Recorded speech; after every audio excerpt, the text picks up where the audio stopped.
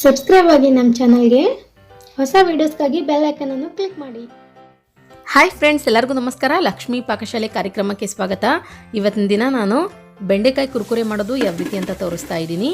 ತುಂಬ ಅಂದರೆ ತುಂಬ ಚೆನ್ನಾಗಿರುತ್ತೆ ಟೇಸ್ಟ್. ಇದನ್ನು ನೀವು ಊಟದ ಜೊತೆಯಲ್ಲಿ ಸೈಡ್ ಡಿಶ್ ಆಗಿ ಮಾಡಿಟ್ಬಿಟ್ರೆ ಊಟನೇ ಖಾಲಿ ಮಾಡ್ತಾರೆ, ಅಷ್ಟು ಸಖತ್ತಾಗಿರುತ್ತೆ ಟೇಸ್ಟ್. ಬರೀ ಸಾಂಬಾರ್ ಅಥವಾ ಪಲ್ಯ ಇದ್ದಾಗ ನಾವು ಈ ರೀತಿಯಾಗಿ ಏನಾದರೂ ಸೈಡ್ ಡಿಶ್ ಆಗಿ ಮಾಡಿದರೆ ಊಟದ ಜೊತೆಲಿ ಅಷ್ಟು ಸಖತ್ತಾಗಿ ಹೊಂದ್ಕೊಳ್ಳುತ್ತೆ. ಖಂಡಿತ ಫ್ರೆಂಡ್ಸ್, ನೀವು ಕೂಡ ತಪ್ಪದೇ ಒಂದ್ಸಲ ಈ ರೆಸಿಪಿನ ಟ್ರೈ ಮಾಡಿ ಅಂತ ಹೇಳ್ತಾ ಬನ್ನಿ. ಹಾಗಿದ್ರೆ ಇದನ್ನು ಯಾವ ರೀತಿಯಾಗಿ ಮಾಡೋದಂತ ನೋಡೋಣ. ಮೊದಲದಾಗಿ ನಾನಿಲ್ಲಿ ಒಂದು 1/4 kg ಬೆಂಡೆಕಾಯಿನ ತೊಗೊಂಡಿದ್ದೀನಿ. ಬೆಂಡೆಕಾಯಿನ ಕ್ಲೀನಾಗಿ ವಾಶ್ ಮಾಡ್ಕೊಂಡ್ಬಿಟ್ಟು ಒಂದು ಬಟ್ಟೆಲಿಂದ ನೀಟಾಗಿ ಒರೆಸ್ಬಿಟ್ಟು ಇಟ್ಕೊಂಡಿದ್ದೀನಿ. ಬೆಂಡೆಕಾಯಿನ ಇವಾಗ ಈ ರೀತಿಯಾಗಿ ಕಟ್ ಮಾಡ್ಕೊಳ್ಬೇಕು. ಒಂದರಲ್ಲಿ 2 ಭಾಗಗಳಾಗಿ ಮಾಡ್ಕೊಂಡ್ಬಿಟ್ಟು ಈ ರೀತಿಯಾಗಿ ಸೀಳ್ಕೊಳ್ಳಿ.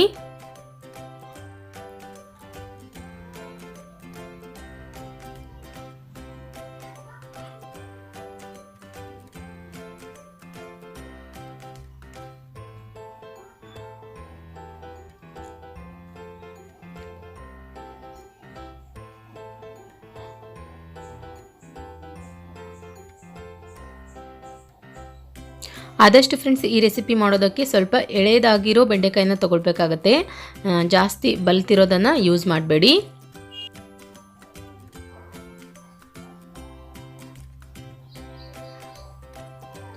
ಓಕೆ ನೋಡಿ, ಇವಾಗ ನಾನಿಲ್ಲಿ ಈ ರೀತಿಯಾಗಿ ಎಲ್ಲದನ್ನು ಕಟ್ ಮಾಡಿಬಿಟ್ಟು ರೆಡಿ ಮಾಡಿಬಿಟ್ಟು ಇಟ್ಕೊಂಡಿದ್ದೀನಿ. ಇದನ್ನಿವಾಗ ತೆಗೆದುಬಿಟ್ಟು ಒಂದು ಪಾತ್ರೆಗೆ ಹಾಕ್ಕೊಳ್ಳೋಣ.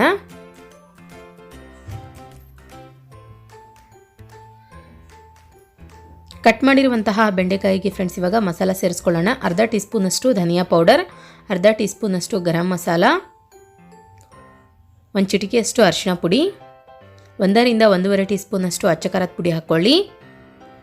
ಅದಾದ ನಂತರ 2 ಚಮಚದಷ್ಟು ಕಡಲೆಬೇಳೆ ಹಿಟ್ಟು, ನಂತರ ಒಂದು 2 ಚಮಚದಷ್ಟು ಅಕ್ಕಿ ಹಿಟ್ಟು ಹಾಕ್ಕೊಳ್ಳೋಣ.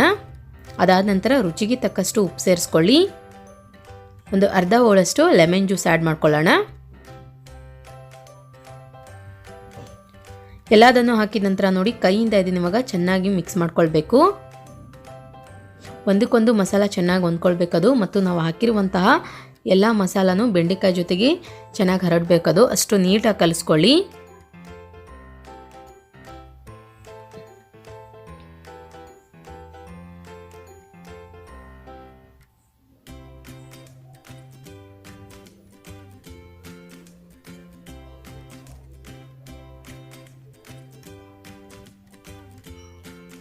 ಓಕೆ ನೋಡಿ ಫ್ರೆಂಡ್ಸ್, ನಾನಿವಾಗ ಇಲ್ಲಿ ನೀಟಾಗಿ ಕಲಿಸ್ಬಿಟ್ಟು ರೆಡಿ ಮಾಡಿ ಇಟ್ಕೊಂಡಿದ್ದೀನಿ. ಇದನ್ನ ಇವಾಗ ಫ್ರೈ ಮಾಡ್ಕೊಳ್ಳೋಣ. ಗ್ಯಾಸ್ ಆನ್ ಮಾಡ್ಕೊಂಡ್ಬಿಟ್ಟು ಒಂದು ಪಾತ್ರೆಯಲ್ಲಿ ಎಣ್ಣೆ ಕಾಯಕ್ಕೆ ಇಟ್ಟಿದ್ದೆ. ಎಣ್ಣೆ ಇವಾಗ ಚೆನ್ನಾಗಿ ಕಾದಿದೆ.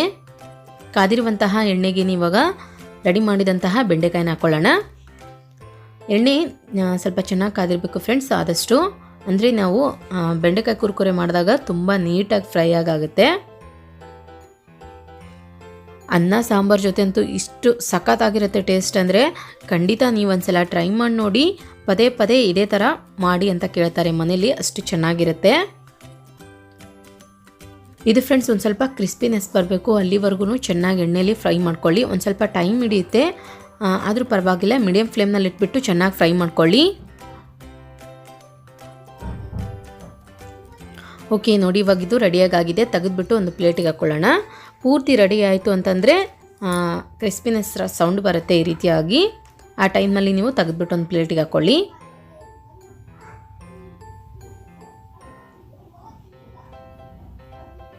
ನಂತರ ಉಳಿದಿರುವಂತಹ ಬೆಂಡೆಕಾಯಿನೂ ಕೂಡ ಇದೇ ಥರ ಎಣ್ಣೆಲಿ ಹಾಕ್ಬಿಟ್ಟು ಫ್ರೈ ಮಾಡಿಬಿಟ್ಟು ಇಟ್ಕೊಳ್ಳಿ.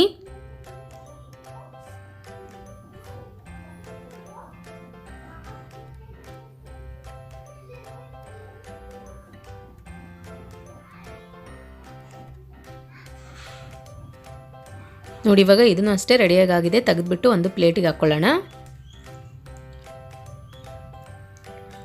ಮತ್ತು ಫ್ರೆಂಡ್ಸ್, ಯಾರ್ಯಾರೆಲ್ಲ ವಿಡಿಯೋ ನೋಡ್ತೀರಾ ದಯವಿಟ್ಟು ನಿಮ್ಮ ಅನಿಸಿಕೆಗಳನ್ನು ಕಮೆಂಟ್ ಮುಖಾಂತರ ಬರೆದು ಕಳಿಸಿ. ವಿಡಿಯೋ ಇಷ್ಟ ಆಗಿದ್ರೆ ಲೈಕ್ ಮಾಡಿ.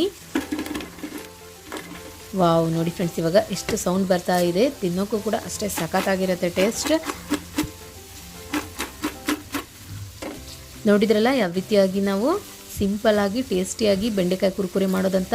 ನಾನು ಮಾಡಿರೋ ಈ ರೆಸಿಪಿ ನಿಮಗೆ ಇಷ್ಟ ಆಗಿದ್ರೆ ಪ್ಲೀಸ್ ಲೈಕ್ ಮಾಡಿ, ಶೇರ್ ಮಾಡಿ, ಕಮೆಂಟ್ ಮಾಡಿ.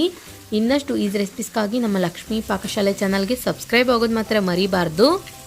ಹಾಯ್ ಫ್ರೆಂಡ್ಸ್, ಎಲ್ಲರಿಗೂ ನಮಸ್ಕಾರ. ಲಕ್ಷ್ಮೀ ಪಾಕಶಾಲೆ ಕಾರ್ಯಕ್ರಮಕ್ಕೆ ಸ್ವಾಗತ.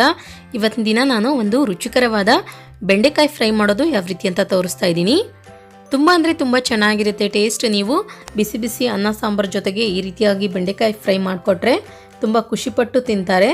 ಮತ್ತು ಅದಲ್ಲದೆ ಫ್ರೆಂಡ್ಸ್, ಊಟದ ಜೊತೆಲಿ ಕೂಡ ರೊಟ್ಟಿಗಾಗಿರ್ಬೋದು, ಚಪಾತಿಗಾಗಿರ್ಬೋದು, ಈ ಥರ ನಾವು ಬೆಂಡೆಕಾಯಿ ಫ್ರೈ ಮಾಡಿದರೆ ಇನ್ನೂ ಜಾಸ್ತಿ ಊಟಕ್ಕೆ ರುಚಿ ಕೊಡುತ್ತೆ ಮತ್ತು ಮನೆ ಮಂದಿ ಎಲ್ಲ ತುಂಬ ಇಷ್ಟಪಟ್ಟು ತಿಂತಾರೆ. ಬನ್ನಿ ಹಾಗಿದ್ರೆ ಈ ಬೆಂಡೆಕಾಯಿ ಫ್ರೈ ಮಾಡೋದು ಯಾವ ರೀತಿ ಅಂತ ನೋಡೋಣ. ಮೊದಲೇದಾಗಿ ಗ್ಯಾಸ್ ಆನ್ ಮಾಡ್ಕೊಂಬಿಟ್ಟು ಒಂದು ಪ್ಯಾನ್ ಇಟ್ಕೊಳ್ಳಿ. ಅದು ಬಿಸಿಯಾದ ನಂತರ ಅದಕ್ಕೆ ಇವಾಗ ಒಂದು ಸ್ವಲ್ಪ ಎಣ್ಣೆ ಹಾಕ್ಕೊಳ್ಳಿ. ಎಣ್ಣೆ ಚೆನ್ನಾಗಿ ಬಿಸಿಯಾದ ನಂತರ ನಾನಿಲ್ಲಿ ಒಂದು ಗಡ್ಡೆಯಷ್ಟು ಬೆಳ್ಳುಳ್ಳಿನ ಪೂರ್ತಿಯಾಗಿ ಸಿಪ್ಪೆ ಸುಲಿದ್ಬಿಟ್ಟು ಒಂದು ಸ್ವಲ್ಪ ಜಜ್ಜಿಬಿಟ್ಟು ಹಾಕ್ಕೊಳ್ತಾ ಇದ್ದೀನಿ. ಬೆಳ್ಳುಳ್ಳಿ ಹಾಕಿದ ನಂತರ ನೋಡಿ ಒಂದು ಸ್ವಲ್ಪ ಚೆನ್ನಾಗಿ ಇದನ್ನು ಫ್ರೈ ಮಾಡ್ಕೊಳ್ಬೇಕು. ನಂತರ ಒಂದು ಸ್ವಲ್ಪ ಕರಿಬೇವಿನ ಸೊಪ್ಪು ಹಾಕ್ಕೊಳ್ಳಿ. ಒಂದು ಚಿಟಿಕೆಯಷ್ಟು ಇಂಗು ಮತ್ತು ಕರಿಬೇವಿನ ಸೊಪ್ಪು ಹಾಕಿದ ನಂತರ ನೋಡಿ ತಿರ್ಗಾ ಇದನ್ನ ಸಲ ಚೆನ್ನಾಗಿ ಫ್ರೈ ಮಾಡ್ಕೊಳ್ಳೋಣ. ನಂತರ ಇಲ್ಲಿ ನಾನು 1 ಕಪ್ನಷ್ಟು ಹಸಿಬೇಳೆ ಕಡಲೆ ಹಿಟ್ಟು ತೊಗೊಂಡಿದ್ದೀನಿ, ಬಜ್ಜಿ ಮಾಡೋ ಹಿಟ್ಟಿದು.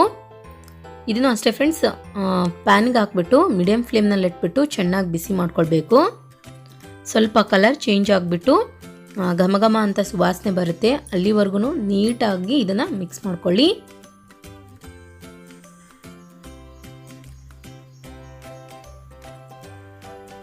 ನೋಡಿ ಇವಾಗ ನಾನಿಲ್ಲಿ ಈ ರೀತಿಯಾಗಿ ಹುರಿದ್ಬಿಟ್ಟು ರೆಡಿ ಮಾಡಿಬಿಟ್ಟು ಇಟ್ಕೊಂಡಿದ್ದೀನಿ.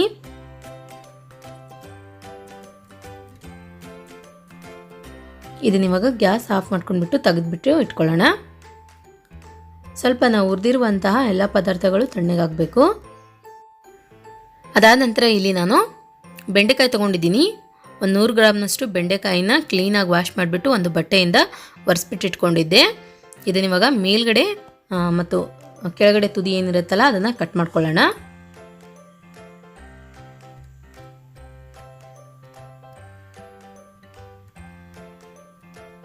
ಈ ರೀತಿಯಾಗಿ ಕಟ್ ಮಾಡ್ಕೊಂಡ ನಂತರ ನೋಡಿ ಫ್ರೆಂಡ್ಸ್, ಈ ರೀತಿಯಾಗಿ ಸೀಳ್ಕೊಳ್ಬೇಕು. ಇದನ್ನು ನಾವು ಈ ಮೆಣಸಿನ್ಕಾಯಿ ಮಾಡೋದಕ್ಕೆ ಏನು ಉಪ್ಪು ಜೀರಿಗೆ ತುಂಬೋದಕ್ಕೆ ಏನು ಕಟ್ ಮಾಡ್ತೀವಲ್ವ, ಅದೇ ಥರ ಬೆಂಡೆಕಾಯಿನ ಈ ರೀತಿಯಾಗಿ ಸೀಳ್ಕೊಳ್ಳಿ.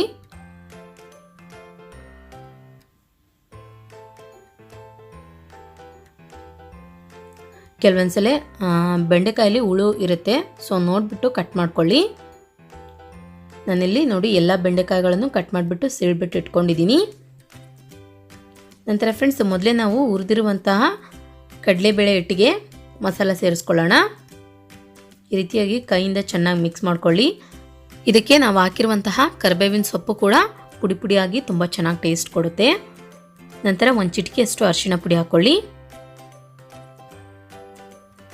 ಅದಾದ ನಂತರ ಒಂದು ಅರ್ಧ ಟೀ ಸ್ಪೂನಷ್ಟು ಗರಂ ಮಸಾಲ, ಅರ್ಧ ಟೀ ಸ್ಪೂನಷ್ಟು ಧನಿಯಾ ಪೌಡರ್, 1 ರಿಂದ 1.5 ಟೀ ಸ್ಪೂನಷ್ಟು ಅಚ್ಚ ಖಾರದ ಪುಡಿ, ರುಚಿಗೆ ತಕ್ಕಷ್ಟು ಉಪ್ಪು ಹಾಕ್ಕೊಳ್ಳಿ.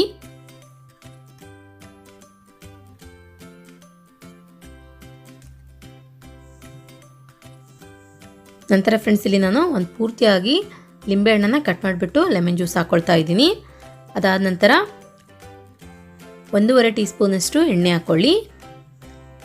ಇದನ್ನ ಇವಾಗ ನೋಡಿ ಕೈಯಿಂದ ಒಂದ್ಸಲ ಚೆನ್ನಾಗಿ ಮಿಕ್ಸ್ ಮಾಡ್ಕೊಳ್ಬೇಕು.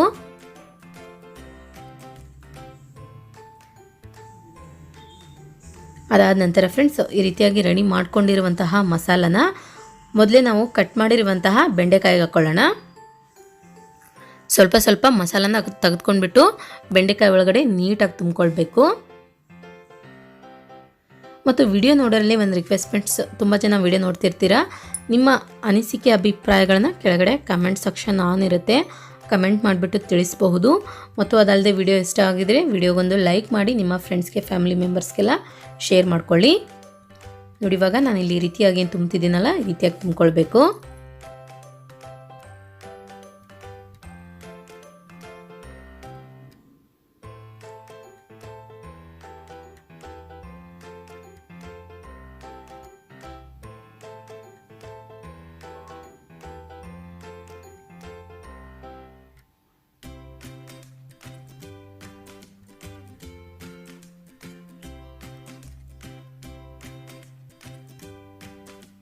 ಓಕೆ, ನೋಡಿ ಇವಾಗ ನಾನು ಇಲ್ಲಿ ಎಲ್ಲದನ್ನು ತುಂಬಿಟ್ಟು ರೆಡಿ ಮಾಡಿ ಇಟ್ಕೊಂಡಿದ್ದೀನಿ. ನಂತರ ಗ್ಯಾಸ್ ಆನ್ ಮಾಡ್ಕೊಂಡ್ಬಿಟ್ಟು ಒಂದು ಪ್ಯಾನ್ ಇಟ್ಕೊಳ್ಳಿ. ಅದು ಬಿಸಿಯಾದ ನಂತರ ಅದಕ್ಕೆ ಇವಾಗ ಎಣ್ಣೆ ಹಾಕ್ಕೊಳ್ಳೋಣ. ಎಣ್ಣೆ ಚೆನ್ನಾಗಿ ಬಿಸಿಯಾದ ನಂತರ ರೆಡಿ ಮಾಡಿದಂತಹ ಬೆಂಡೆಕಾಯಿನ ಒಂದೊಂದಾಗಿ ಇಟ್ಕೊಳ್ಳಿ ಬಿಡಿ ಬಿಡಿಯಾಗಿ. ಇದನ್ನು ಫ್ರೈ ಮಾಡಬೇಕಾದ್ರೆ ಆದಷ್ಟು ಮೀಡಿಯಂ ಫ್ಲೇಮ್ನಲ್ಲಿ ಇಟ್ಕೊಳ್ಳಿ, ಗ್ಯಾಸ್ ಫ್ಲೇಮ್.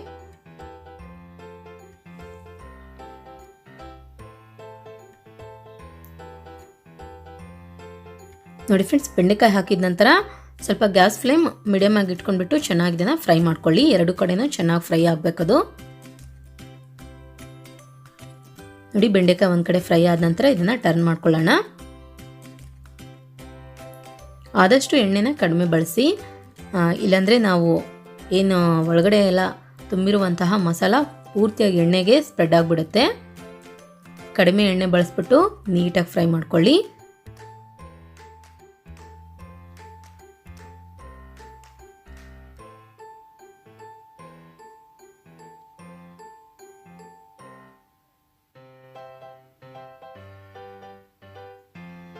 ಓಕೆ ನೋಡಿ ಫ್ರೆಂಡ್ಸ್, ಇವಾಗ ಇದು ಫ್ರೈ ಆಗ್ತಾ ಇದೆ.